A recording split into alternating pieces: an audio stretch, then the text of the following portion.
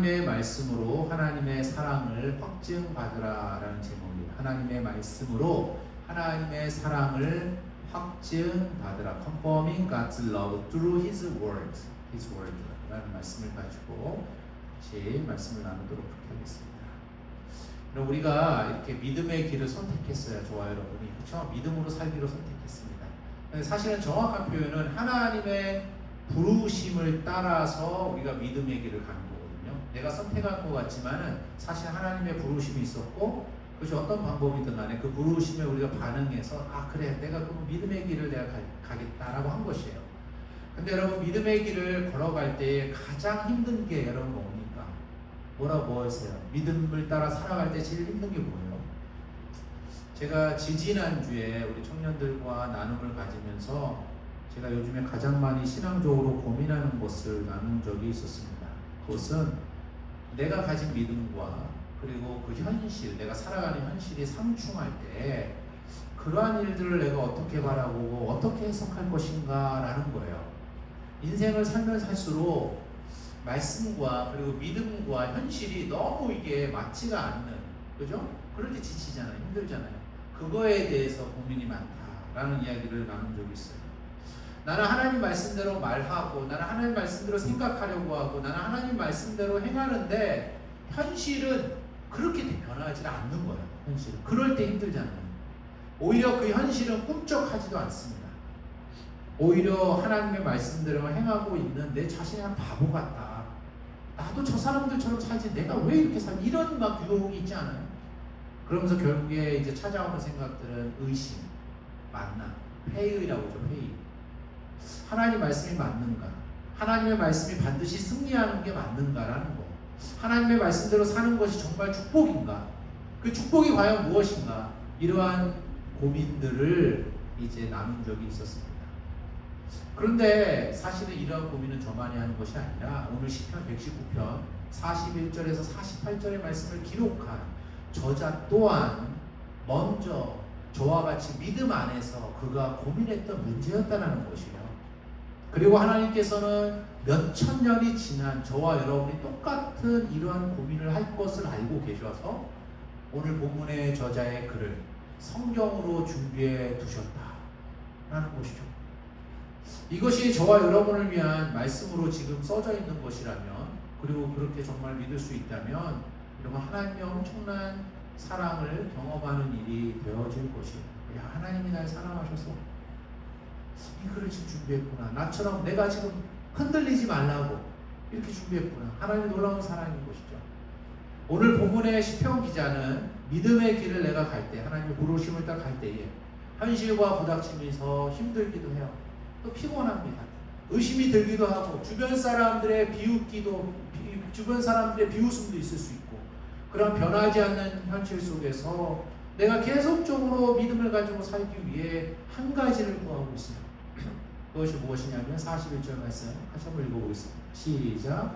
여호와여, 주께서 얼마나 나를 사랑하는지 보여주시고 주의 약속대로 나를 구원하소서. 지금 뭘 구하고 있어요?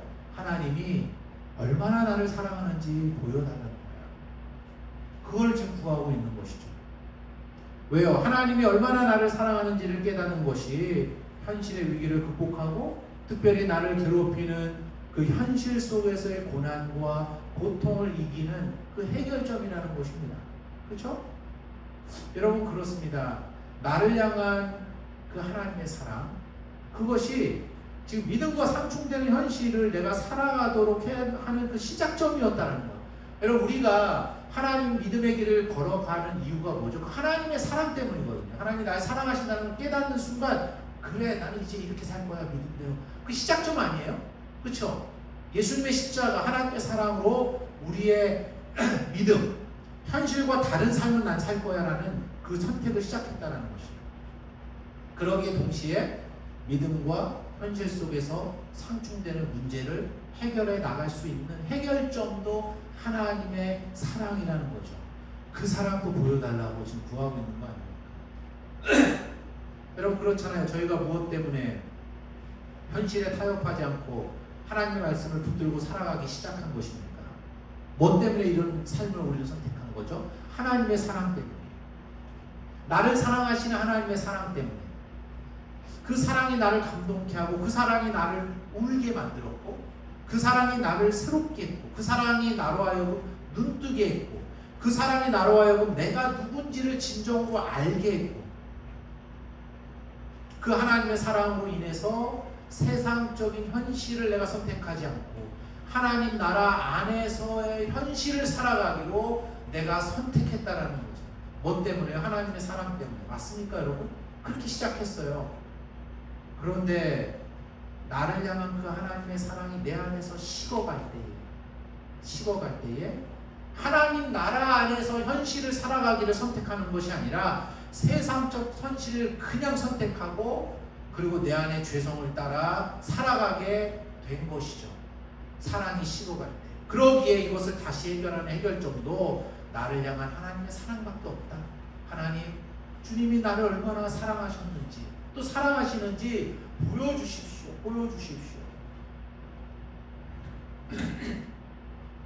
여러분, 한 아버지가 어린 아들과 함께 사막을 여행했어요. 그런 중에 갑자기 사막에서 모래폭풍이 막 부는 겁니다. 모래폭풍이 불어서 아들을 잃어버렸어요, 아버지가. 아버지는 군대와 구조대를 막 동원해서 사막을 샅샅이 뒤졌지만은 아들을 찾지 못했습니다. 시간은 계속 흐릅니다. 모두가 포기하래요. 이거 못 찾는다고. 그런데 어떤 사람이 아버지에게 말합니다. 지금 아이가 어디 살아서 굉장히 고독하고 공포에 떨고 있을 것 같다는 거예요. 아들이 살아있었으면. 그런데 그 아들이 혹시 견딜 수 있도록 그 아버지 당신의 마음을 한번 전해보는 것이, 어떤 방법으로도 한번 전해보라고 이렇게 조언합니다. 아버지는 아이디어가 생각났어요. 비행기를 빌렸습니다. 그리고 사막 전역에 전단지를 수십만 장을 만들어가지고 딱 한 문장 적었습니다. 내 아들아, 아빠는 너를 사랑하고 내가 반드시 너를 찾으러 갈 거야 라는 전단지를 만들어서 비행기 타고 사막에 뿌려버린 거예요. 수십만 장. 며칠 후 정말 아들은 극적으로 구조가 됐습니다. 근데 그 아들이 아버지의 품에 안겨서 이렇게 말했어요. 아빠, 내가 사막에서 탈진한, 내가 공포 두렵고 그렇게 쓰러졌을 때에 아빠가 떨어뜨린 그 전단지를 내가 봤어요. 그리고 아빠가 나를 사랑하니까 반드시 나를 찾으러 올 거야 라는 믿음이 그 글을 볼 때에 생겨나서 난 끝까지 버틸 수 있었어요. 그렇게 아버지한테 말했다. 여러분, 그렇습니다. 하나님이 나를 얼마나 많이 사랑하는지를 내가 정말 알고 깨달으며 견딜 수 있어요. 견딜 수 있습니다. 여러분, 우리가 믿는다는 것이 뭘 믿는다는 거죠? 뭘 믿어요? 하나님의 사랑을 믿는 거죠. 나를 향한 하나님의 사랑. 나를 하나님이 사랑한다는 걸 믿는 거거든요. 그래서 그 하나님의 사랑을 붙들고 그 믿음으로 살아가는 나를 현실이 변하지 않는 모습으로 비웃고, 때로는 그 현실이 상황과 환경으로 나의 믿음을 모욕한다 할지라도 우리는 말할 수 있죠. 뭐라고? 까불지 말라. 그렇죠? 그래, 한번 믿음을 붙들고 있는 나를 얼마든지 힘들게 하고 괴롭게 하고 고난 가운데 있게 만들어봐. 나를 향한 하나님의 사랑이 얼마나 큰지 너희들은 모를 거야. 42절 말씀 볼까요? 같이 읽겠습니다. 시작. 그러면 나를 모욕하는 자에게 내가 대답할 수 있을 것입니다. 나는 주의 말씀을 신뢰합니다. 여러분, 믿음과 상충되는 현실에 나를 향한 엄청난 하나님의 사랑으로 내가 대답하겠다는 거예요. 하나님이 나를 얼마나 사랑하는지 그 현실에 나는 말하겠다는 거거든요. 그리고 믿음을 붙들고 계속 가겠다는 거 아닙니까? 그래서 여러분, 하나님이 얼마나 그리고 어떻게 나를 사랑하시는지를 말씀하시는 그 주의 말씀을 신뢰할 수밖에 없는 것입니다. 그러기에 나를 향한 하나님의 사랑이 얼마나 큰지를 볼 수 있는 길은 진리의 말씀을 가까이 하는 방법밖에 없어요. 즉, 가까이 한다는 거예요. 말씀이 입에서 떠나지 않도록. 이것이 나를 향한 주의 사랑이 얼마나 큰지를 계속 붙잡을 수 있는 길임을 말하죠. 43절 계속합니다. 시작. 진리의 말씀이 언제나 내 입에서 떠나지 않게 하소서. 내가 희망을 주의 법에 두었습니다. 여러분, 한 소년이 있었어요. 소년이 바닷가에서 예쁜 소라 껍데기 하나를 주었습니다. 여러분 소라 껍데기 아시죠? 그러더니 귀에다 이렇게 가져다 댔어요. 어떤 소리 나죠? 쏴 소리 나잖아요, 그렇죠? 깊고 웅장한 어떤 바다 소리가 그 소라 껍데기 안에서 끊임없이 들려오는 거예요. 소녀는 너무 신기했습니다. 어머니에게 물어봤어요. 엄마, 이 작은 소라 껍데기 안에서 어떻게 이렇게 커다란 바다 소리가 나요? 그때 어머니가 미소를 지으며 대답했죠. 얘야, 이 소라 껍데기는 아주 오랫동안 바다 품에 안겨 있었단다. 그래서 바다를 떠나 멀리 와 있어도 그 속에는 여전히 바다의 숨결과 목소리가 그대로 남아있는 거야. 이렇게 말해요. 여러분 성경 말씀도 이 소라 껍데기와 같죠. 하나님의 말씀이 성경은 하나님의 사랑을 담아내고 있어요. 그렇기 때문에 하나님의 말씀에 귀를 기울이면 언제나 우리를 향한 하나님의 사랑의 음성을, 깊은 하나님의 음성을 들을 수 있는 것이죠. 그래서 오늘 본문의 시편 기자는 진리의 말씀이 내 입에서 떠나지 않게 해달라고 기도하고 있으며 그 하나님의 말씀이 My only hope, 영어로 이렇게 표현하고 있죠. 나의 오직 소망입니다 라고 고백하는 것입니다. 그렇습니다, 여러분. 믿음과 현실이 상충될 때 나를 하나님이 얼마나 많이 사랑하시는지를 보여주시는 것이 그러한 상황 속에 있는 나를 구원해 주시는 길임을 말하고 있는 것이죠. 41절 다시 한번 읽어볼까요? 시작. 여호와여, 주께서 얼마나 나를 사랑하시는지 보여주시고 주의 약속대로 나를 구원하소서. 이렇게 얘기해요. 즉 하나님이 나를 어떠한 문제로부터 구원해 주실 때에, 특별히 믿음과 반대되는 그런 현실 속에서 구원해 주실 때에 그곳에서 나를 빼내 주시는 것이 아니라 그 안에 stay, 그냥 살고 있게 하시면서 나를 얼마나 사랑하시는지를 보여주시는 일로 나를 구원해 주신다. 이것이 곧 주의 약속이라는 것이죠. 그래서 여러분 우리는 오늘도 하나님이 얼마나 나를 사랑하시는지를 얼만큼 깨닫느냐에 따라서 구원을 받을 수 있느냐 아닌가가 판가름 나는 거 아니겠습니까? 어떠한 문제보다도 나를 향한 하나님의 사랑이 더 크게 깨달아진다면 어떠한 큰 문제를 할지라도 우리는 그 문제에서 헤매지 않을 것이에요. 오늘도 나를 향한 하나님의 놀라운 사랑으로 여러분 믿음과 상충되는 현실의 문제들을 넉넉히 이기는 능력의 종들 우리 모두가 되시기를 간절히 소망합니다. 그리고 그 하나님의 사랑을 정말 주님께서 부어주시기를 간절히 기도합니다. 여러분 그렇다면은 현실을 이기게 하는 하나님의 사랑을 담고 있다는 하나님의 그 말씀을 신뢰해야 돼요. 우리가 그럼 어떻게 무엇을 하라는 것이죠? 몇 가지 오늘 본문에 말씀하고 있죠. 다시 한번 읽겠습니다. 43절 시작. 진리의 말씀이 언제나 내 입에서 떠나지 않게 하소서. 내가 희망을 주의 법에 두었습니다. 하나님의 말씀을 자신의 입에 두지 않으면서 하나님의 말씀을 신뢰한다는 것은 말이 안 되죠. 내가 하나님의 말씀을 정말 신뢰해. 그것은 입에 둔다는 거죠. 입에 두는 건 뭐예요? 읽는 거죠. 읽음으로 시작해서 그리고 깨닫고 묵상하는 거죠. 입에 둔다는 건 읽는다는 거예요. 그렇죠? 그것이 신뢰하는 것이죠. 그리고 여러분 내가 소망이죠. 희망은 소망을 말하는 거죠. 여러분 소망이라는 건 사랑과 연결되어 있는 것입니다. 사랑하지 않는 건 소망하지 않아요. 사랑하기 때문에 소망하는 것이죠. 나의 자녀가 건강하기를 소망합니다라는 건 그 자녀를 사랑하기 때문에 그럴 거 아니겠습니까? 그런데 그 소망을 주의 법에 하나님의 말씀에 두었다면 하나님의 말씀에 자신의 소망을 두었다면 하나님의 말씀을 정말 사랑한다는 거 아니겠습니까? 여러분 하나님 말씀을 신뢰한다는 건 그 말씀에 자신의 소망을 두는 것이고 정말 그렇게 진정으로 나의 소망을 주의 말씀에 두시는 저와 여러분들이 되시기를 바라겠습니다. 두 번째로 또 주의 말씀을 신뢰하는 것을 말하죠. 그것은 뭐라고 말하냐? 항상 변함없이 주의 말씀을 지키는 것이 always 꾸준함이죠. 44절 말씀 읽겠습니다. 시작. 내가 주의 율법을 항상 변함없이 지키겠습니다. 여러분 신뢰하기 때문에 순종하는 것이에요. 신뢰하기에 순종했다 안 했다 하는 것이 아니고 신뢰하면 변함없이 내가 신뢰하니까 트러스트하니까 어떤 상황이 있어도 계속 순종하는 것이죠. 신뢰하면. 그리고 forever and ever라고 영어로 표현하죠. 영원히 난 순종. 왜냐 신뢰하니까. 그러기에 나의 믿음과 현실이 상충된다 할지라도 변함없이 계속해서 믿음을 따라 하나님 말씀에 순종하며 살아가는 것. 그것이 하나님 말씀을 신뢰하는 것이죠.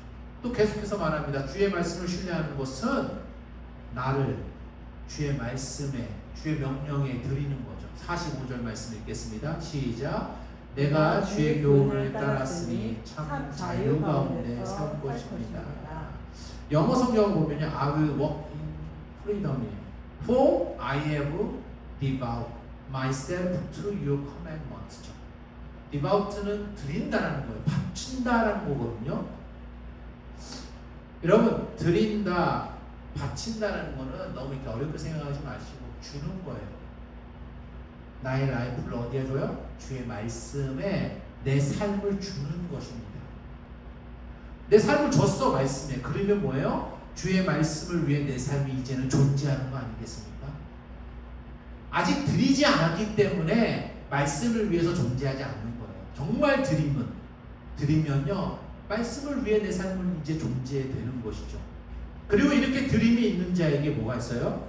참 자유함이 있는 거예요. 그렇잖아요. 이 말은 곧 다른 것에는 내 삶이 묶이지 않겠다는 거. 왜요? 드려버렸기 때문에, 줘버렸기 때문에, 내 삶을 벌써 주어졌기 때문에 이제 그 무엇도 내 삶을 얽어매지 못하는 것이죠. 자유함이 있다는 거 아니겠습니까? 왜냐하면 내 삶은 하나님 말씀 벌써 주었다는 것이, 주었다는 것이죠. 여러분, 이러한 삶이 진짜 주의 말씀을 신뢰하는 삶이다라고 오늘 본문은 이야기하고 있어요. 주어라. 내 삶을 말씀에 드리라는 것이죠. 바치라는 것이죠. 주라는 것입니다. 그렇게 결단하는 것이죠. 그 자에게 참 자유함이 있다. 나는 왜요? 딴 생각은 없으니 끝나는 거죠. 드렸기 때문에. 그것이 신뢰하는 것이다 라는 것이. 계속해서 주의 말씀을 신뢰한다는 것을 46절에 같이 읽겠습니다. 시작. 내가 왕들에게 주의 법을 선포해도 수치를 당하지 않을 것입니다.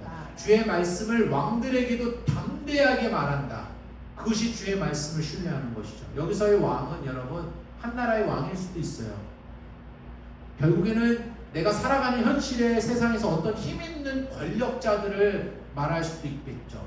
또는 내 삶에서도 어떤 힘 있는 자들일 수도 있겠죠. 내가 말씀을 신뢰하면 그들을 눈치 보는 것이 아니라 그들에게도 담대히 말하는 것이, 또는 믿음과 상충되는, 그래서 정말 힘있게 느껴지는 현실의 상황과 환경일 수도 있어요. 그게 그 앞에서도 말씀을 담대히 말하는 것이죠. 어떠한 권세 앞에서도 주의 말씀을 선포한다는 것이잖아요. 나의 현실에게도 선포하는 것이죠. 하나님의 말씀을. 왜요? 말씀을 신뢰하기 때문에. 나는 말씀을 신뢰하기 때문에 어떠한 힘보다도, 어떠한 권세와 권위보다도 말씀을 그 위에 선포하고, 그렇죠? 말한다는 거잖아요. 말한다. 담대히 말한다. 저희 가정에는 자녀들이 4명이 있습니다. 그러다 보니까 서로가 서로에게 영향을 주기도 하고 받기도 해요. 그런데 일단 먼저 제일 큰 아이가 대학을 들어가다 보니까, 대학을 들어가게 되면 대학에서 듣게 되는 뭔가 지성인 같은, 그렇죠? 어떤 쿨하다고 여기고 뭔가 지성인처럼 보이는 어떤 사회적인 이슈에 대해서 대학에 가면 뭔가 다르잖아요. 할 수도 있다. 그러다 보니 영향력을 먼저 동생들에게 주다 보니까 보이지 않는 권위가 생겨요. 그렇죠? 그러다 보면 어떠한 사회적인 이슈에 대해서도, 그리고 인생의 문제에 대해서도 먼저 대학 간 큰형이 가장 잘 알 거라는 어떤 힘이 그들 가운데 형성됩니다. 그런데 저희 집에 이제 셋째 딸이 있어요. 요번에 이제 대학을 갔죠. 1년이 지났네요. 그리고 그 딸이 대학 가서 크리스찬 클럽 활동을 하면서 또 여러 가지 활동을 하면서 캠퍼스를 돌아다니면서 또 복음을 전하는 일을 하게 되었어요. 그러면서 내 큰오빠에게도 복음을 좀 더 클리어하게, 분명하게 전하고 싶은 마음이 이 딸아이한테 든 거예요. 그래가지고 큰오빠한테 연락을 한 겁니다. 다른 말로 하면 나타나지 않으니까 저녁을 사주겠다. 이렇게 얘기한 거예요. 저녁 사주면 좋잖아요. 공짜로 밥 준다, 사준다는데 동생이. 만나자고 한 거예요. 그리고 맛있는 걸 먹입니다. 그리고 난 다음에 큰 오빠한테 내가 이제부터 복음을 전할 테니까 한번 들어보라. 저녁을 얻어먹었으니 안 들을 수도 없고 꼼짝없이 앉아서 들을 수밖에 없었다는 거 아닙니까? 여러분, 분명히 큰오빠에게는 동생으로서 복음을 전하기에는 어려운 큰 힘이 있었을 거예요. 큰오빠, 큰 어떤 힘과 권위 앞에 내가 하나님의 말, 복음을 전하는, 여러분 그렇잖아요. 우리가 형제들끼리 복음 전하기 더 어렵습니다. 그렇죠? 어색하기도 하고 뭔가 이거 말해도 되나 뭐 이렇게. 그럼에도 여러분 주의 말씀을 신뢰하기에 왕들에게도 담대히 말하는 심정으로 큰오빠의 권위 앞이랄지라도 복음을 전한 것이죠. 저희가 칭찬해서 잘했다고. 왜요? 말씀을 신뢰하니까 하는 거예요. 신뢰하는 마음이 들 때가 있거든요. 하는 것입니다. 여러분, 하나님의 말씀을 전한다는 것은 내 지식을 전하는 게 아니고 내 지혜와 내 경험과 내 정보 능력을 전하는 것이 아니죠. 내 것을 전할 때는 수치를 당할 수 있지만 주의 법을 선포할 때는 수치를 당하지 않을 것임을 주께서 약속하고 있는 것입니다. 하나님의 말씀을 신뢰하는 것은 어떠한 왕들 앞에서도 내가 담대히 말할 수 있다. 그거죠. 다섯 번째로 또 주의 말씀을 신뢰하는 것은 47절에 계속해서 말합니다. 같이 읽을까요? 시작. 내가 주의 명령을 사랑함으로 그것을 지키는 데에 기쁨을 느낍니다. 내가 주의 말씀을 신뢰하면요, 주의 말씀을 기뻐하고 사랑하는 것이죠. 여러분, 하나님의 말씀을 지켰을 때, 또 하나님 말씀에 순종했을 때 찾아오는 기쁨이 있다는 거 아세요? 그래, 나는 그래도 자존심도 구기고 했지만 그래도 하나님 말씀에 순종했어. 그때 나중에 찾아오는 그 기쁨이 있다는 거야. 기쁨이. 우리는요, 하나님 말씀에 순종하지 않고 내가 원하는 걸 선택하고 상황과 환경에 따라 선택했을 때도 기쁨을 경험하죠. 내가 원하는 대로 했으니까 거기에 따른 기쁨이 있어요. 물론 같은 기쁨은 아닐 겁니다. 하나님 말씀에 순종했을 때 느끼는 기쁨은 다르겠죠. 그러나 그러한 기쁨은 주의 말씀을 신뢰하지 않음으로 얻게 되는 기쁨이잖아요. 주의 말씀에 신뢰했을 때 찾아오는 기쁨, 순종했을 때, 또 안 했을 때에 나를 만족시키는 기쁨이 있거든요. 그 기쁨이거든요. 그런데 오늘 저와 여러분은 주의 말씀을 신뢰하기에 주의 말씀을 기뻐하는, 그래서 주의 말씀에 순종했을 때 찾아오는 그 기쁨을 따라서 살아가는 믿음의 종들이 되셨으면 좋겠어요. 그게 주의 말씀을 신뢰하는 것이죠. 그렇게 하겠다라고 시편 기자는 말하고 있습니다. 마지막이에요. 여섯 번째. 주의 말씀을 신뢰하는 것은요. 48절 같이 읽겠습니다. 시작. 내가 주의 계명을 소중히 여기고 사랑하며 주의 교훈을 묵상하겠습니다. 여러분, 주의 말씀을 신뢰하는 것은요, 주의 말씀을 존중히 여기는 거고 주의 말씀을 영광스럽게 하는 거예요. 저는 이 마지막 48절이 참 마음이 많이 와닿습니다. 하나님의 말씀이 존중히 여겨지기를 소망하는 마음이 생겨요. 왜냐하면 지금의 세상을 바라보면, 또는 우리 각자의 삶을 바라보면 하나님의 말씀이 얼마나 하찮게 여겨지고 하나님의 말씀이 얼마나 하찮게 취급받고 있는지를 너무나도 쉽게 볼 수 있기 때문에 하나님의 말씀이 땅바닥에 떨어져 있는 그러한 현실. 여러분, 세상 속에서 하나님의 말씀이 여러분 존중이 여겨지고 하나님의 말씀이 참 영광스럽게 여겨지기 위해서는 결국에는요, 우리의 삶이 그 하나님의 말씀을 보여주는 것밖에 없잖아요. 사실은 우리가 여기서 뭐 예배하고 우리끼리 이렇게 적은 인원이 모여서 뭐 찬양하고 예배하면 세상이 어떻게 알겠습니까? 사실은 우리는 힘이 되죠. 결국에는 우리가 나가서 하나님 말씀대로 순종하고 살아갈 때에 이 말씀이 존중이 여겨지는 거잖아요. 그리고 영광 받으시는 거 아니겠습니까? 즉 그 하나님의 말씀대로 살아가고 있는 현실이 있어야 돼요. 현실이. 하나님 말씀은 세상 속에서 존중이 여겨지고 영광스럽게 여겨질 수 있는 그 현실을 결국에는 우리의 삶으로 보여주는 것밖에 없다라는 거예요. 그런데 그 말씀과 현실이 따로 노는 그리스도인들의 삶, 저를 포함해서 말씀은 말씀대로 교회 안에서만 말씀으로 여겨지고 현실은 현실대로 세상 속에서 말씀과 상관없이 살아가는 현실이 되어져 버린 그리스도인의 삶. 여러분, 오히려 변화돼야 하는 그 현실을 말씀 안으로 가져오고 변화해야 하는 현실 속에서 말씀으로 살아가는 리얼 크리스찬이 정말 이제는 필요한 시대인 것 같아요. 숫자가 중요한 것이 아니잖아요. 한 사람 중요한 거 아니니까 정말 그렇게 살아갈 수 있는. 지난주에 저희 집에서 현재 같이 살고 있는 셋째 딸과 막내 아들과 저녁을 함께 먹으러 갔습니다. 맛있게 먹고 2차로 팥빙수를 먹으러 갔습니다. 저녁은 아내가 사고 디저트는 제가 샀습니다. 오랜만에 디저트 먹으면서 아이들과 함께 어떤 이런저런 이야기를 나눌 때 사회적인 이슈들을 말하게 됐어요. 특별히 그 남녀 간의 갈등 있잖아요. 그죠? 제가 젊었을 때만 해도 그러진 않았는데 요즘 조금 더 심해진 것 같아요. 그런 이슈들이. 그러니까 우리 딸내미도 보니까 이제 대학 가가지고 이런저런 얘기 듣고 공부하다 보니까 이 남자들이 오랜 역사 속에서 힘으로 이 권력을 잡고 여자들을 노예하는 일들이 있었다는 거예요. 맞아요. 그렇죠? 그래서 지금 그 여자들의 화장법이 발전하게 된 것도 이러한 남자들의 힘의 원리에 살아남기 위해서 시작됐고 지금도 여전히 그러한 영향력이 없지 않아 있다라는 것이에요. 이게 힘이란 남자의 그 힘. 그러면서 지금도 여전히 남자들의 그 힘의 원리, 남자들의 힘이 있잖아요. 어쨌든 간에 원리를 가지고 사회를 움직이고 있기 때문에 여자들이 노예화되는 일에 완전히 자유하지 못하고 있다. 이런 얘기들을 이제 하면서 야 얘가 많이 컸구나. 나도 별로 심각하게 생각하지 않는 이런 얘기 한번 생각해 볼 수 있는 시간이잖아요.